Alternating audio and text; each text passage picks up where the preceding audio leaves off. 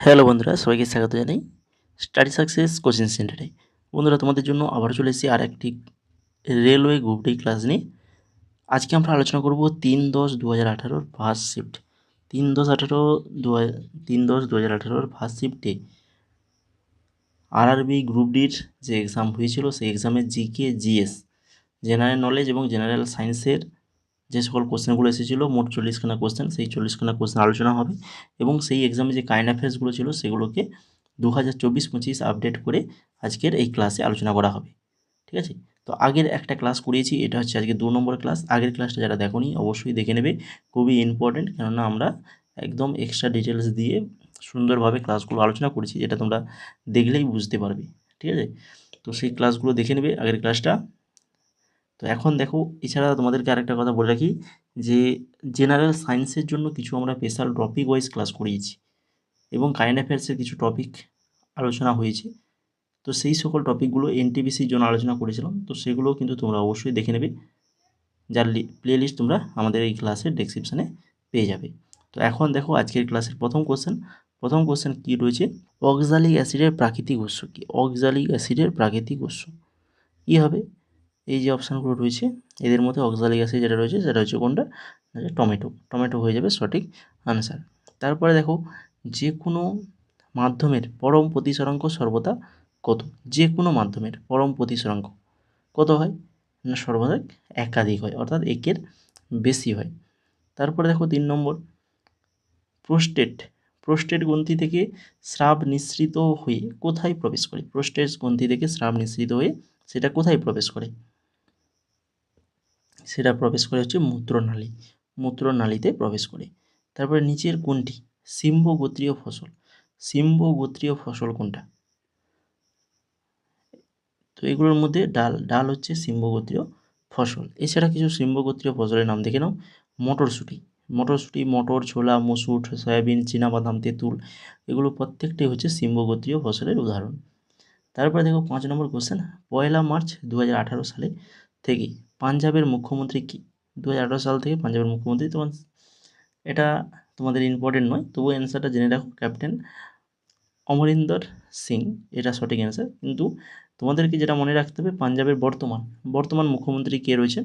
2023 সাল থেকে তিনি রয়েছেন, তিনি হচ্ছেন ভগবন্ত সিং মান। ঠিক আছে, এখন বর্তমানে রয়েছে। নিচের কোন প্রাণীটি দ্বিবিভাজন প্রক্রিয়া দ্বারা প্রজনন সম্পন্ন করে? কোন প্রাণী? না, সেটা হচ্ছে অ্যামিবা সম্পর্কে যেটা মনে রাখতে হবে যে অ্যামিবা এক প্রকারের এককোষী জীব। থাকে এককোষী জীব, নাম বলে অপশান থাকে সেখানে, অ্যামিবা এবং তারই সঙ্গে প্যারামোসিয়াম, এ দুটোর নাম মনে রাখবে। দ্বিবিভাজন এটি এক ধরনের অযৌন প্রজনন যেখানে জীব নিজেকে দুভাগে বিভক্ত করে। এটি অ্যামিবা, প্যারামোসিয়ামের মতো কিছু এককোষী ইউক্যারিওটিক জীবে হয়। তারপরে দেখো 7 নম্বর, নিচের কোনটি ভারত সরকারের খেলো ইন্ডিয়া কর্মসূচির সাথে জড়িত? খেলো ইন্ডিয়া কর্মসূচির সাথে জড়িত নিচের কোনটা? ভারত সরকারের ক্রীড়া মন্ত্রণালয়, ভারত সরকারের ক্রীড়া এবং যুব মন্ত্রক কর্তৃক একদম তৃণমূল স্তরে ভারতের ক্রীড়া সংস্কৃতির পুনরুদ্ধার করার জন্য এটিকে প্রবর্তিত করা হয়েছে। তারপরে দেখো 8 নম্বর, ড্যাশ মাংসপেশিকে হাড়ের সাথে সংযুক্ত করে? মাংসপেশিকে হাড়ের সাথে সংযুক্ত করে কি? টেন্ডন, অপশান নাম্বার 4 সঠিক অ্যান্সার, টেন্ডন। তারপরে চলে যাও 9 নম্বরে, 2012-13 সালে বাজেটে বক্তৃতা তৎকালীন অর্থমন্ত্রী প্রণব মুখার্জির দ্বারা উপস্থাপিত সাধারণ পরিহার বিরোধী বিধিকে, অর্থাৎ GAAR অবশেষ কবে চালু করা হয়েছিল? বলো, এই GAAR এটা কবে চালু করা হয়েছিল?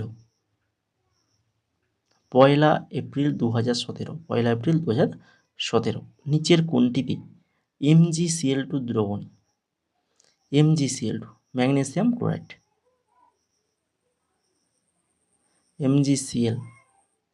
MgCl2 এটা হচ্ছে জল।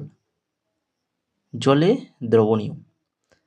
আর তোমরা যারা এখনও আমাদের ক্লাসটাকে লাইক করোনি, যদি ক্লাসটা ভালো লেগে থাকে তো অবশ্যই বলবো ক্লাসটা লাইক করে ফেলেও, তারই সঙ্গে চ্যানেলে যদি নতুন হয়ে থাকো তো অবশ্যই বলবো এই ধরনের যদি গুরুত্বপূর্ণ ক্লাস পেতে চাও তাহলে অবশ্যই চ্যানেলটিকে সাবস্ক্রাইব করে বেল আইকনে ক্লিক করে ফেলো। তারই সঙ্গে আমাদের হোয়াটসঅ্যাপ চ্যানেল রয়েছে, টেলিগ্রাম চ্যানেল রয়েছে, এই দুটো চ্যানেলে অবশ্যই যুক্ত হয়ে যাও, যেখানে তোমরা ইম্পর্টেন্স বিভিন্ন নোটস কিন্তু তোমরা পেয়ে যাবে।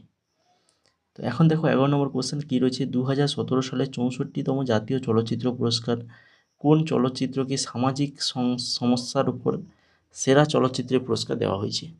তো জাতীয় চলচ্চিত্র পুরস্কার, এটা তো 2017 কথা বলেছে, তো 2024-এর যে লিস্ট কে কোন ক্যাটাগরিতে পেয়েছে তার সমস্ত লিস্ট কিন্তু আমরা ইতিমধ্যে হোয়াটসঅ্যাপ চ্যানেলে দিয়ে দিয়েছি। আমাদের হোয়াটসঅ্যাপ যে চ্যানেল রয়েছে সেখানে কিন্তু সমস্ত কিছু দেওয়া হয়েছে।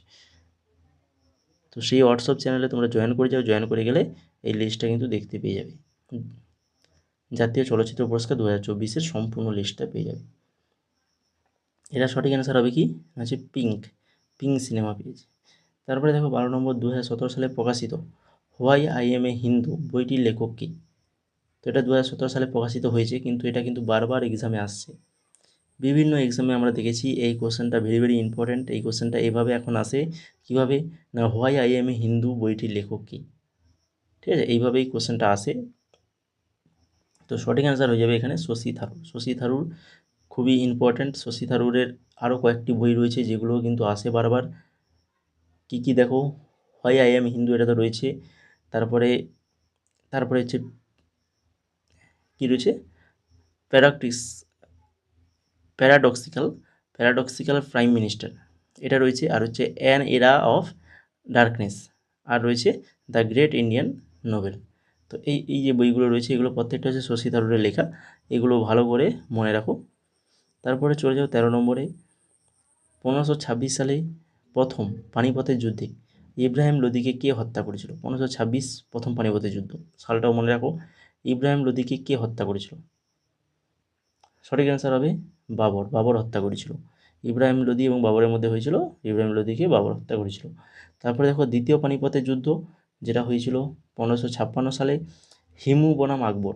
হিমু বনাম আকবর, যেখানে জয়ী হয়েছিল আকবর। আর পানিপথের তৃতীয় যুদ্ধ যেটা হয়েছিল 1761 সালে, আবদালি বনাম মারাঠা, যেখানে জয়ী হয়েছিল আবদালি। তো এইগুলো, এই প্রত্যেকটা পানিপথের যুদ্ধ সালগুলো মনে রাখো, কাদের মধ্যে হয়েছিল, কে পরাজিত হয়েছিল, এগুলো মনে রাখলেই হবে। তারপরে দেখো 14 নম্বর, 2016 সালের পোপ ফ্রান্সিসের দ্বারা নিম্নলিখিতদের মধ্যে কাকে সেন্ট বা সাধু আখ্যা দেওয়া হয়েছিল? সেন্ট বা সাধু আখ্যা দেওয়া হয়েছিল কাকে? Mother Teresa. মাদার টেরেসাকে দেওয়া হয়েছিল। 2017 সালে 32তম সন্তোষ ট্রফি জয়ী দলের নাম কি? 2017 সালে 32তম সন্তোষ ট্রফি জয়ী দলের নাম হচ্ছে অপশান নাম্বার 2 পশ্চিমবঙ্গ। পশ্চিমবঙ্গ হয়েছিল, যেটা তোমাদের এবার 78তম 2024-25 সন্তোষ ট্রফি, যেটা পশ্চিমবঙ্গ কিন্তু জিতেছে। এটা মানে একদম ইম্পর্ট্যান্ট কোশ্চেন কিন্তু এটা এক্সামে আসার মতো কোশ্চেন। যেখানে রানার্স আপ হয়েছে কেরালা, ভালো করে মনে রাখো। 78তম 2024-25 সন্তোষ ট্রফি পশ্চিমবঙ্গ জিতেছে, রানার্স আপ হয়েছে কেরালা। 16 নম্বর দেখো, সুনামের জন্য ইউনিসেফের রাষ্ট্রদূত হিসেবে কে নিযুক্ত হয়েছেন? সুনামের জন্য ইউনিসেফের রাষ্ট্রদূত হিসাবে নিযুক্ত হয়েছিলেন কে? তিনি হচ্ছেন লিলি সিং। লিলি সিং হয়েছিল। পেরুতে ভারতের পরবর্তী রাষ্ট্রদূত কি? পেরুতে ভারতের পরবর্তী রাষ্ট্রদূত সেই সময় সেই অনুযায়ী রাষ্ট্রদূত হয়েছিল এম সুব্বারাউদু, এটা ছিল তখনকার, এটা মনে রাখা দরকার নেই। এখন যেটা মনে রাখো, পেরুতে বর্তমান ভারতীয় রাষ্ট্রদূত কে রয়েছেন? না হচ্ছেন শ্রী বিশ্বাস বিদু সাপকাল। শ্রী বিশ্বাস বিদু সাপকাল বর্তমান পেরুতে বর্তমান ভারতীয় রাষ্ট্রদূত হিসেবে রয়েছেন। তারপরে দেখো 18 নম্বর কোশ্চেন, মথুরা শোধনাগার ভারতের তেল কর্পোরেশন অর্থাৎ ইন্ডিয়ান অয়েল অফ কোম্পানির কততম শোধনাগার, যাকে ভারতের উত্তর পশ্চিম অঞ্চলে পেট্রোলিয়াম পণ্যগুলির চাহিদা মেটাতে 1982 সালে 6.0 MMTPA উৎপাদন ক্ষমতার সহিত চালু করা হয়েছিল মথুরায়। যে শোধনাগার ভারতীয় তেল কর্পোরেশন, এটা কততম শোধনাগার? ষষ্ঠতম শোধনাগার। আধুনিক পর্যায় সারণীতে কতগুলি ধাতুকল্প রয়েছে? আধুনিক পর্যায় সারণীতে ধাতুকল্প রয়েছে কতগুলো? ছখানা ধাতুকল্প রয়েছে। আধুনিক পর্যায় সারণীতে 7টি ধাতুকল্প রয়েছে। 6খানা বললাম তো। হ্যাঁ, আধুনিক পর্যায় সারণীতে 7টি ধাতুকল্প রয়েছে। Boron, silicon, germanium, arsenic, antimony, আর হচ্ছে টেলুরিয়াম, আর হচ্ছে পোলোনিয়াম। পর্যায় সারণী 13তম থেকে 16তম শ্রেণীতে অবস্থিত 7টি মৌলকে ধাতুকল্প বা অর্ধধাতু বলে। তাহলে 7টা হবে, 7টা। আধুনিক পর্যায় সারণীতে ধাতুকল্প রয়েছে 7টা। তারপরে দেখো 20 নম্বর কোশ্চেন। আধুনিক পর্যায় সারণীতে বাম পাশে অবস্থিত একমাত্র অধাতু কোনটি? বাম পাশে অবস্থিত একমাত্র অধাতু যেটা হচ্ছে হাইড্রোজেন। এরপরে দেখো 21 নম্বর কোশ্চেন কী রয়েছে। এই কোশ্চেনটা আগের দিন গোছানো হয়নি। এই ম্যাথটা একটু দেখে নাও, ইম্পর্টেন্ট রয়েছে। এই ধরনের ম্যাথ কিন্তু আগের দিন যে ম্যাথগুলো করেছি একদম সুন্দরভাবে করেছি, যারা দেখেছে তারা কিন্তু জানে কীভাবে ম্যাথগুলো সলভ করেছি, একদম সিম্পলভাবে, যাতে তোমাদের মনে থাকে। খাতায় ভালো করে ম্যাথগুলো তুলে রাখবে, প্রশ্ন সহ খাতায় যেভাবে ম্যাথগুলো দেখাচ্ছি এইভাবে ম্যাথগুলোকে তুলে রাখবে। 750 ওয়াট সম্পন্ন একটি বৈদ্যুতিক ইস্ত্রি প্রতিদিন 8 ঘন্টার জন্য ব্যবহৃত হয়। তাহলে বৈদ্যুতিক ইস্ত্রি দ্বারা একদিনে ব্যবহৃত শক্তির পরিমাণ কত? 750 ওয়াট সম্পন্ন একটা বৈদ্যুতিক ইস্ত্রি প্রতিদিন 8 ঘন্টা ব্যবহার হয়, তাহলে ওই ইস্ত্রি দ্বারা একদিনে কত শক্তি ব্যবহৃত হবে, এটা আমাদেরকে বের করতে বলেছে। তো কিভাবে বের করবে দেখে নাও। 1 ইউনিট মানে হচ্ছে 1 কিলোওয়াট। KWH দ্বারা ডিনোট করা হয় 1 কিলোওয়াট ঘন্টা। মোট ব্যবহার হচ্ছে 750, 7 ঘন্টা ব্যবহার করে, তাহলে 750 ইন্টু 8 ঘন্টা ব্যবহার করে, তাহলে গুণ করলে কত হবে না 6000 ওয়াট ঘন্টা। 6000 ওয়াট আর 1 ঘন্টা, তাহলে 6000 ওয়াট ঘন্টা। তাহলে 1 কিলোওয়াট মানে হচ্ছে 1000 ওয়াট, এটাও মনে রাখো, খাতায় ভালো করে নোট করে রাখো। 1 কিলোওয়াট, 1 কিলোওয়াট সমান 1000 ওয়াট, তাহলে 6000 ওয়াট ঘন্টা মানে কত হবে? ওয়াট থেকে কিলোওয়াট, তাহলে 6 কিলোওয়াট ঘন্টা, তাই তো। আর 6 কিলোওয়াট ঘন্টা মানে 6 ইউনিট। কেন? 1 ইউনিট সমান 1 কিলোওয়াট, যেটা প্রথমেই বলা আছে। তাহলে 6 কিলোওয়াট মানে 6 ইউনিট হয়ে গেল। এরপরে চলে যাও 22 নম্বরে। MG রামচন্দ্রনের 102তম জন্ম শতবার্ষিকী উপলক্ষে ভারতীয় রিজার্ভ ব্যাংক কর্তৃক কত টাকার মুদ্রা চালু করা হয়েছিল? MG রামচন্দ্রনের 102তম জন্ম শতবার্ষিকী উপলক্ষে 100 টাকার নোট, 100 টাকার মুদ্রা চালু করা হয়েছিল। পরমাণু থেকে প্রাপ্ত শক্তি আমাদের কাছে কী হিসেবে পরিচিত? পরমাণু থেকে প্রাপ্ত শক্তি যেটা আমাদের কাছে পারমাণবিক শক্তি হিসেবে পরিচিত। পারমাণবিক শক্তি হিসেবে পরিচিত। নিচের কোনটি সংবহনতন্ত্র সম্পর্কে সঠিক তথ্য নয়? সংবহনতন্ত্র সম্পর্কে যেটা সঠিক নয় সেটা কোনটা না, সেটা হচ্ছে রক্ত হলো শ্বেত বা লোহিত সংবহনী যোজক কলা, এটা সঠিক নয়। সঠিকগুলো দেখে রাখো। মানব শরীরে লোহিত রক্তকণিকার আয়ু হচ্ছে 115 থেকে 120 দিন। সংবহনতন্ত্র শরীরের ওজনের প্রায় 7 থেকে 8% গঠন করে। একজন প্রাপ্তবয়স্ক ব্যক্তির শরীরে প্রায় 5 থেকে 6 লিটার রক্ত থাকে। তো এইগুলো ভালো করে মনে রাখো, এগুলো কিন্তু সঠিক।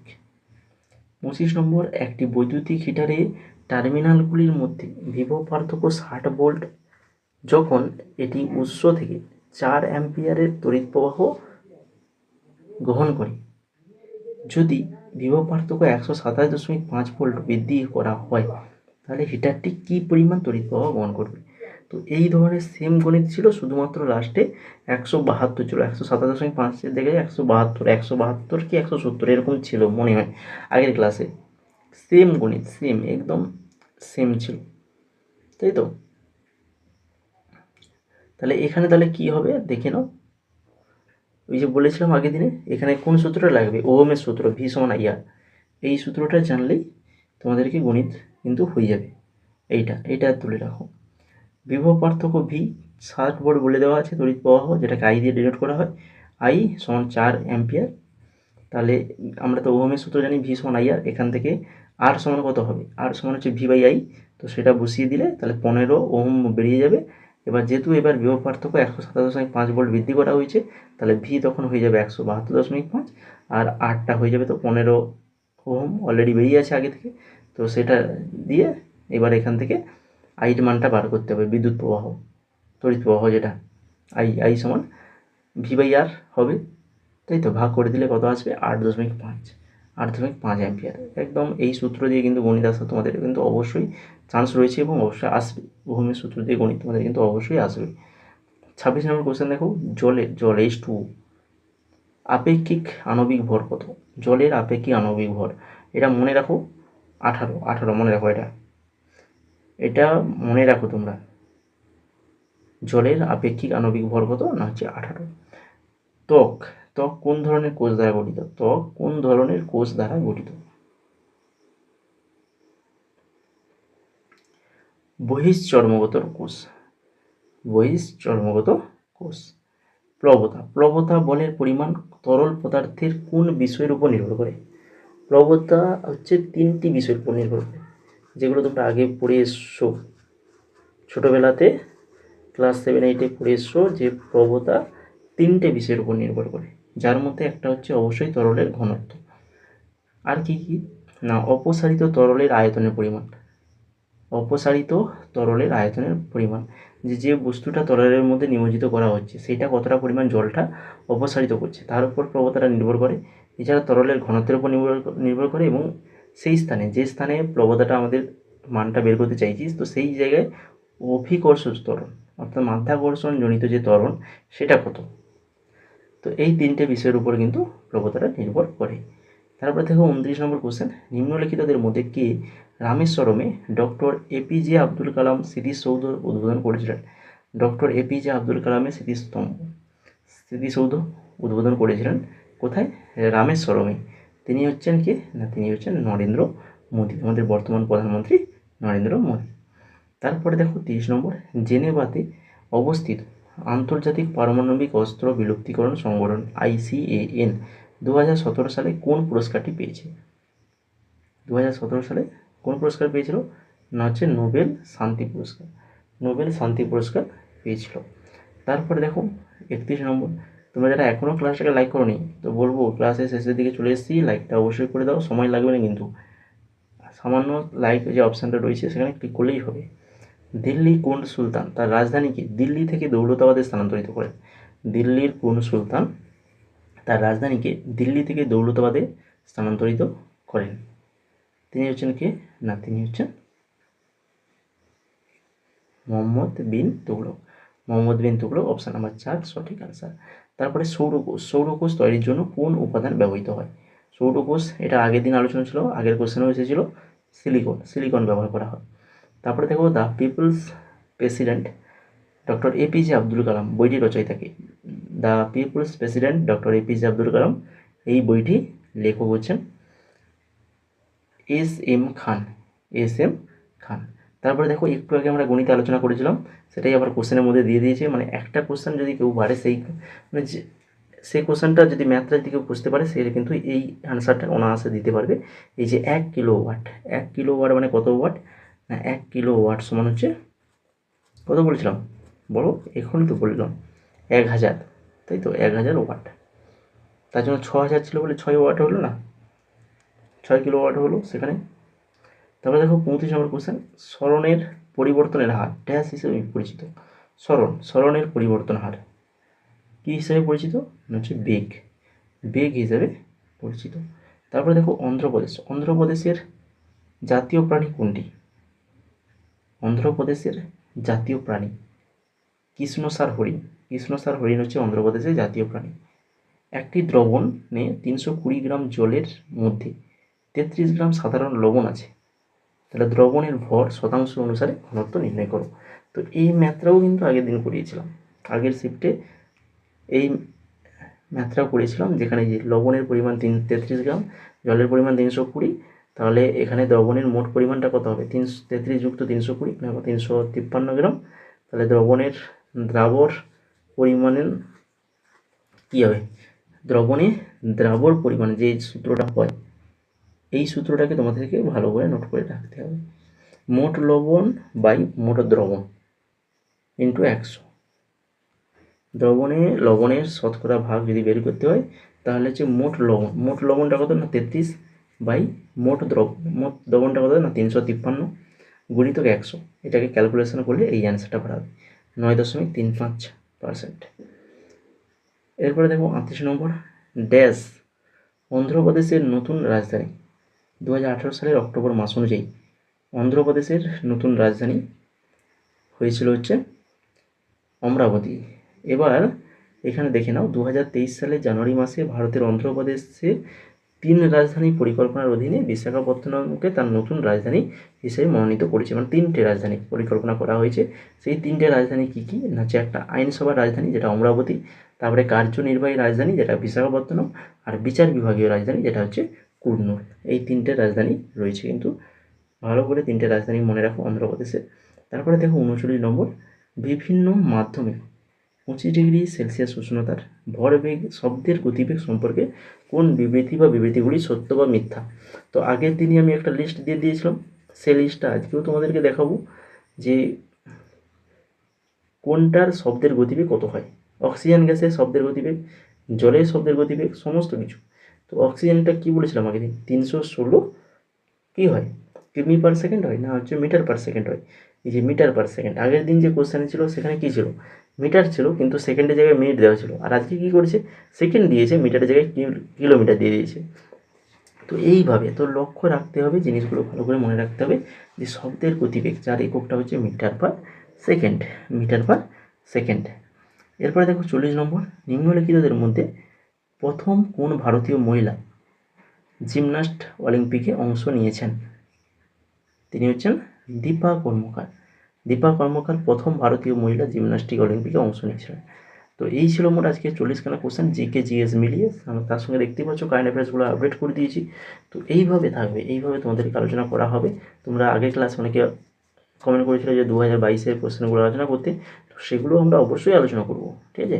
আগে অবশ্যই আলোচনা হবে, প্রত্যেকটা এক এক করে আমরা আলোচনা করব তোমাদের জন্য।